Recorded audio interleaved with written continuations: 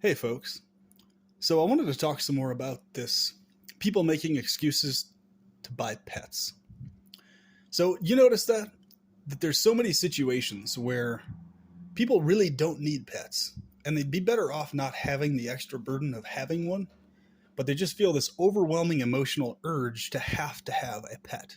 Usually, and especially what I'm talking about are cats and dogs in this particular case.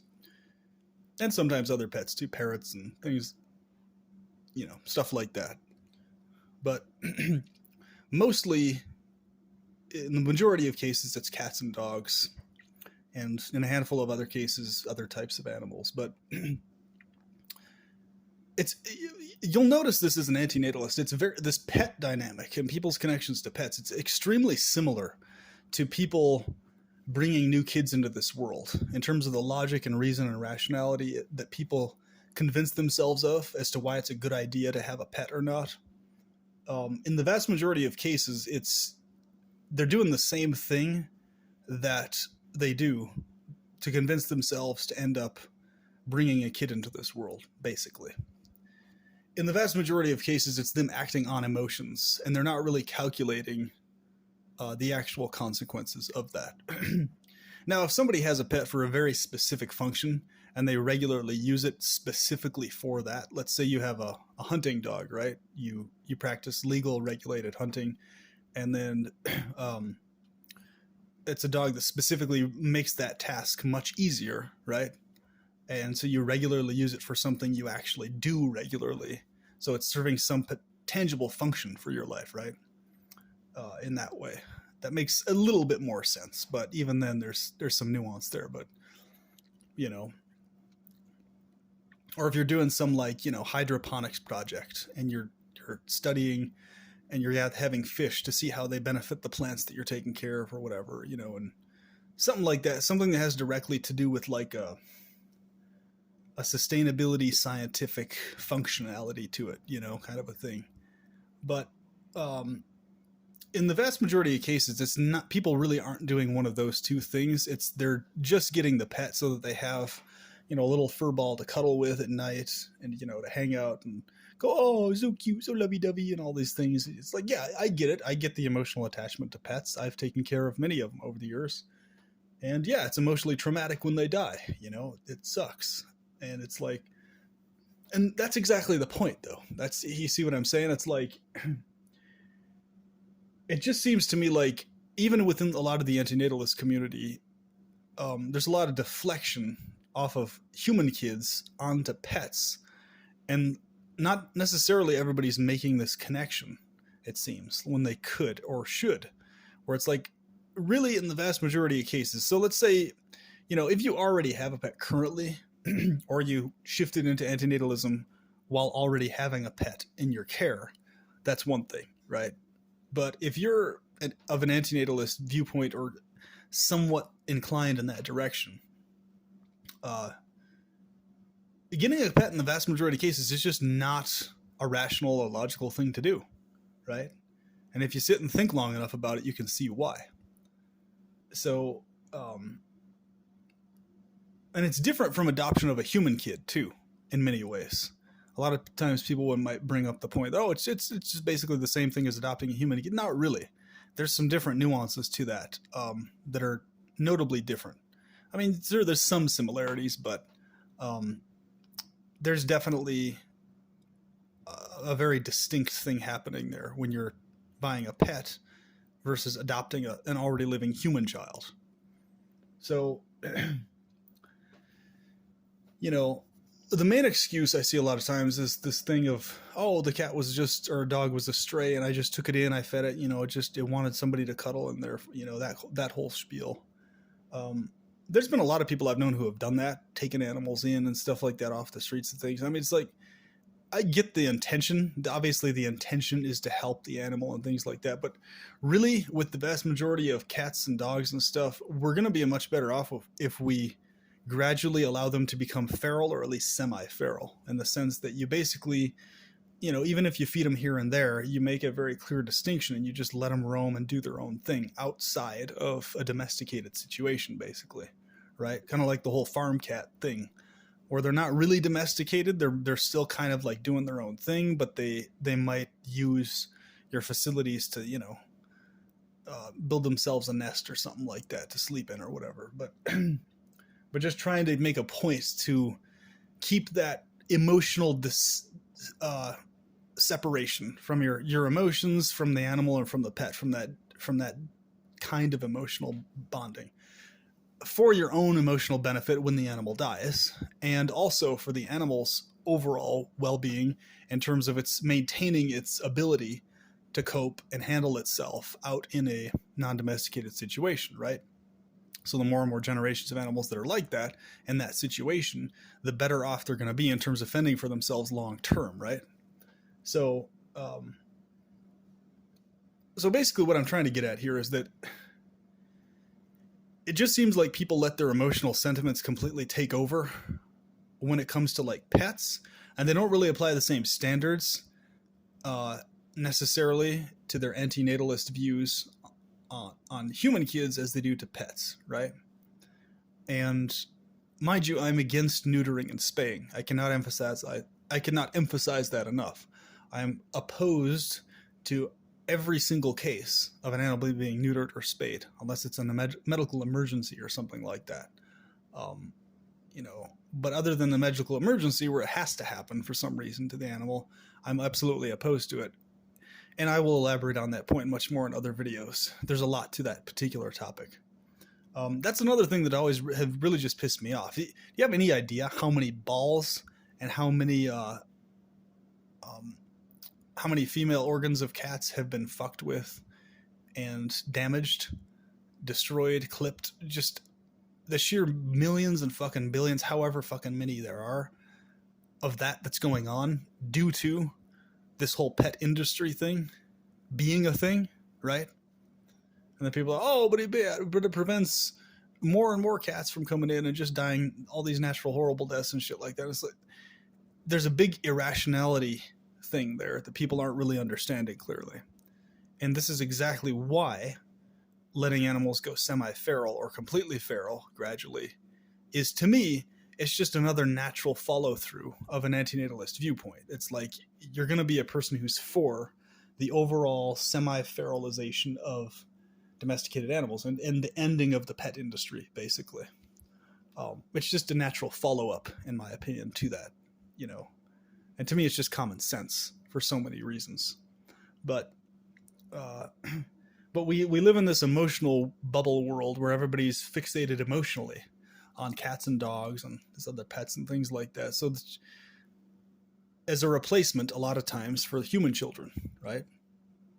As an emotional replacement for human kids. So from what I've seen from firsthand experience, the vast majority of people who buy pets and bring them into their homes, into their lives, from a situation of not having it before, it's unnecessary, and it genuinely adds many elements of stress to their life that they didn't actually have before, but they can't see that and can't recognize that because when they're in the moment, like cuddling and petting the animal, it's like they're tuned out from the extra financial burden that's in their life now, from the extra element of their contribution to the pet industry, from all these other things. You know, their direct or indirect involvement with neutering and spaying. It's just, so they're not aware of the connectedness of bringing that pet into their life and how that's connected to all these other elements that are now extra burdens on their own life, on the economic system, and all these other types of things, right? They're just blinded and clouded to, like, oh, in the moment, cute, cuddly, cuddly, cuddly. This makes everything perfect because it's cute and cuddly, and therefore everything's wonderful. But it's like, there's a lot of dark shit connected to everything to do with the pet industry, though, surrounding it, involved in it, how it exists, how it's maintained. Now, obviously, the dogs and cats, they're not aware of what the fuck's going on. They're just, as far as they're concerned, they're just happy to have a meal and a warm place to lay down, right? But so neither the pet owners or the pets are aware of how much fucked uppery is going on with this whole pet industry thing. They just, neither of them have any clue, right? And so that's the other part of it. It's like just please, if you don't have pets already, please think twice before buying one and bringing one into your life. Think twice, 3 times, 4 times, 5 times, 6 times over about it before you do it. And if it's something you like absolutely have to have, like emotionally, like if you're going to be fucked up emotionally and you need it as like a companion animal, otherwise you're completely mentally fucked up without having it, okay, then you might be better off with one, right? If you're that extreme, distraught if you don't have a pet around, okay, then you probably are better off having one than not in that particular case. But if you're not that type of person, if you can like live and it would be nice to have a pet, but you don't really need one, you're much better off not adding that financial burden onto yourself. You're much better off not having that burden, so you won't have this little pet that you're going to have to pawn off to somebody else when you need to go on road trips or whatever the heck else it is, and take on walks to poop and crap or whatever the hell. It's just, if you don't absolutely have to have it, like in a real objective sense, right? Like in some visceral, really needing it sense, then you really don't need the pet.